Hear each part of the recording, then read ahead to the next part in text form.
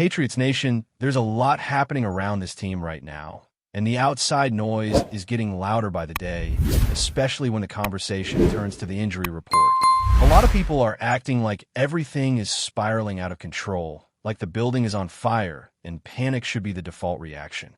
But this is exactly the moment where perspective matters. The name that keeps dominating every discussion is Drake Maye, and every small update seems to trigger another wave of overreaction. The reality, though, is far calmer than the headlines suggest.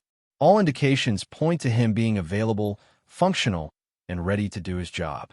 This is not the first time this season that his status has been blown out of proportion, and it likely will not be the last, but nothing points to a situation that should cause genuine concern heading into the biggest game of the year.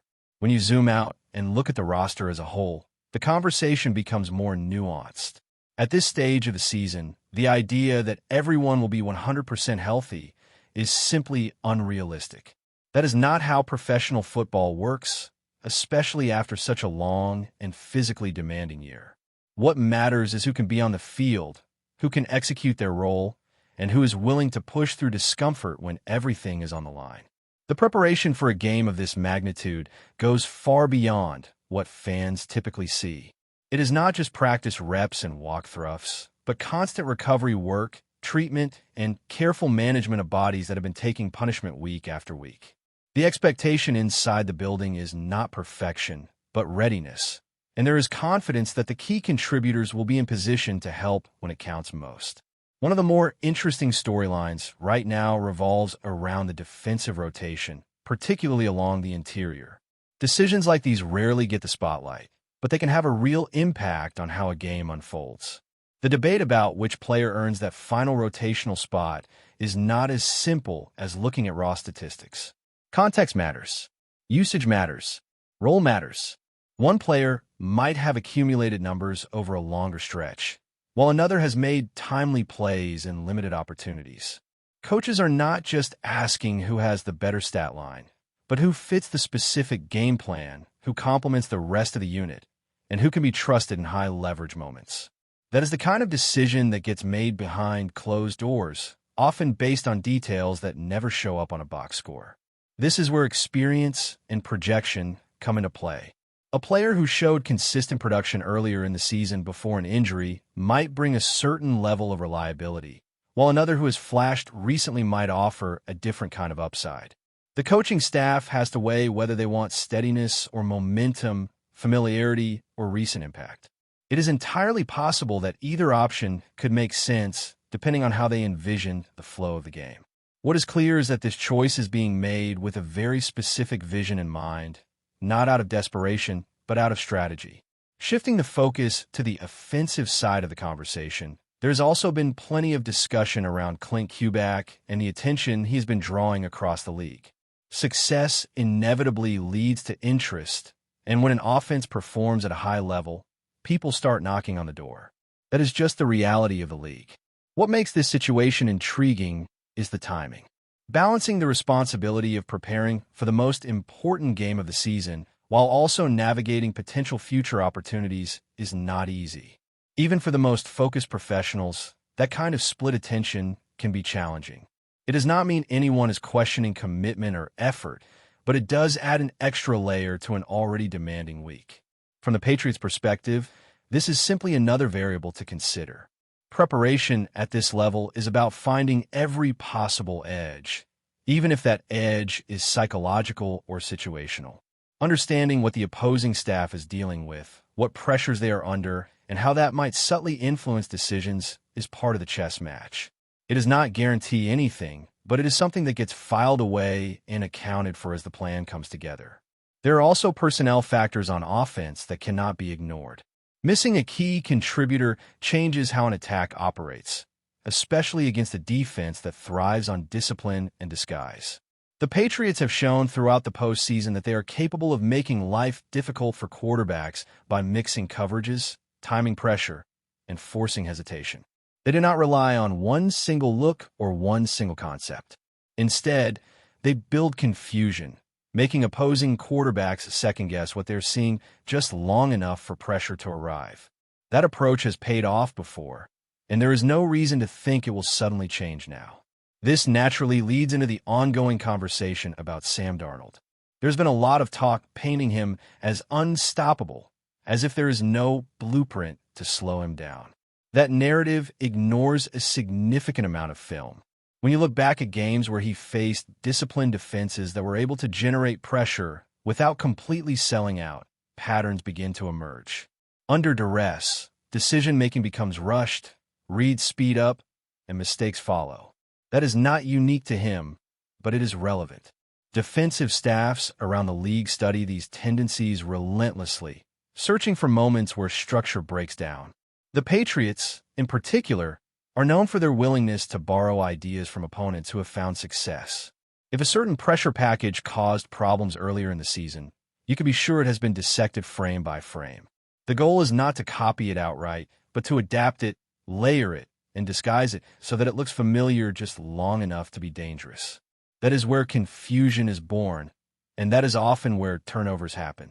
A big part of that equation is the secondary. This is not a group that survives on reputation alone.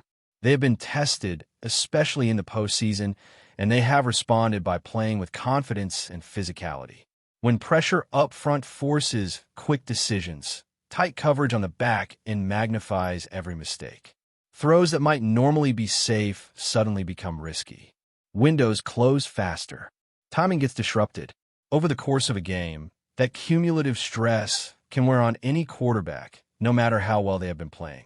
Despite all of this, there is still a segment of the conversation that frames the Patriots as lucky to be here, as if their run is some kind of fluke.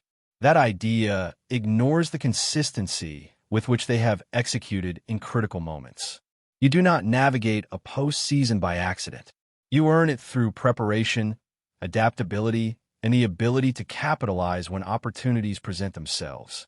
Dismissing that as luck is easy, but it does not hold up under scrutiny.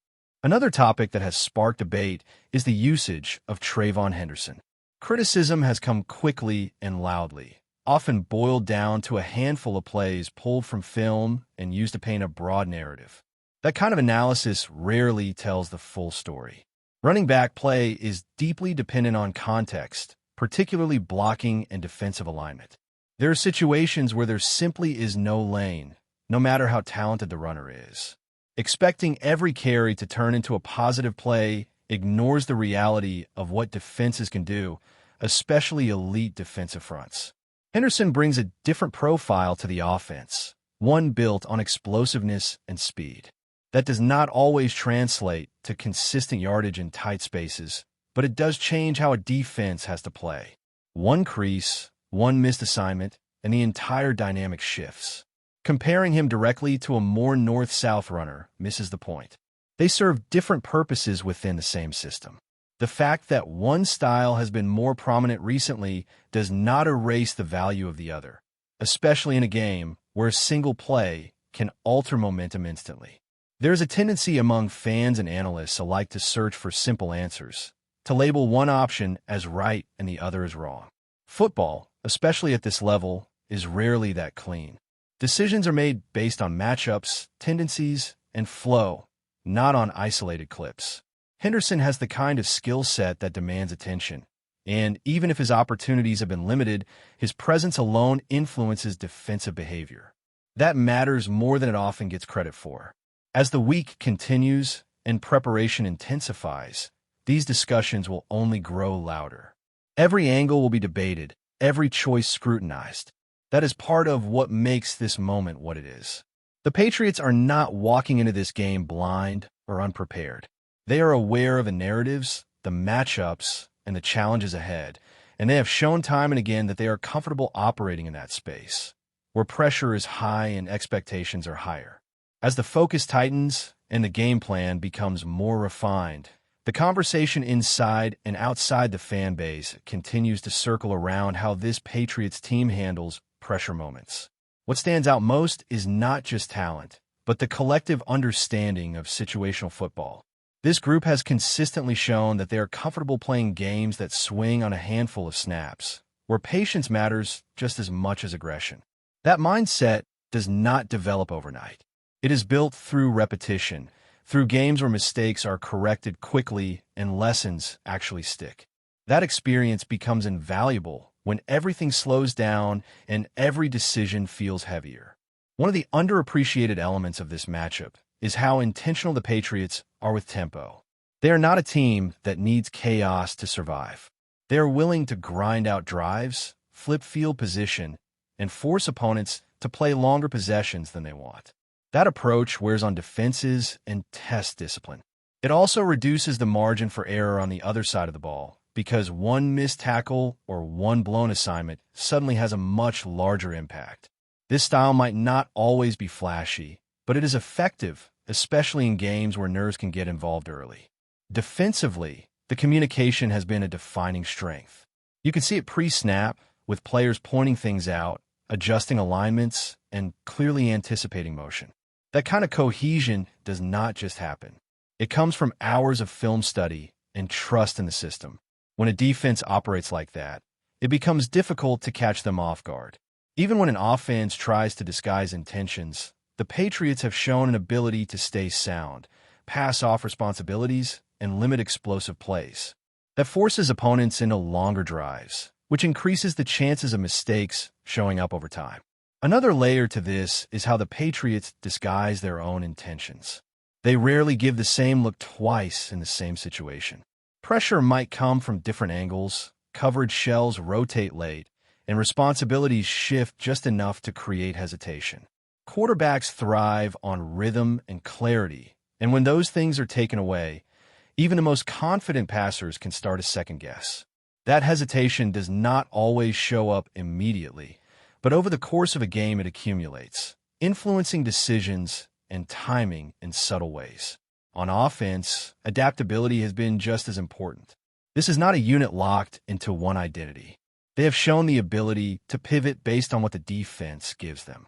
If running lanes are tight, they're willing to work underneath, take short gains, and stay on schedule. If defenses start to creep forward, they have the patience to wait for opportunities downfield. That balance keeps opponents honest and prevents them from fully committing to stopping just one aspect of the attack.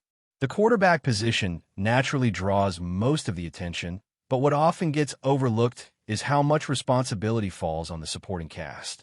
Protection schemes, route timing, and recognition all have to be synchronized. When those pieces work together, the offense looks smooth and controlled. When they're slightly off, everything feels rushed. The Patriots have done a solid job minimizing those disconnects, particularly in high-pressure situations where communication can easily break down. There is also an emotional component to this game that cannot be ignored. Players talk about staying even-keeled, but the reality is that energy swings are inevitable. What separates teams at this level is how they respond to those swings. The Patriots have shown resilience throughout the season, answering adversity with composure rather than panic. That trait matters when momentum shifts, because it allows them to reset quickly and stay within themselves. As the matchup unfolds, special teams could quietly play a larger role than many expect. Field position battles, hidden yards, and execution in those moments often decide games that are otherwise evenly matched.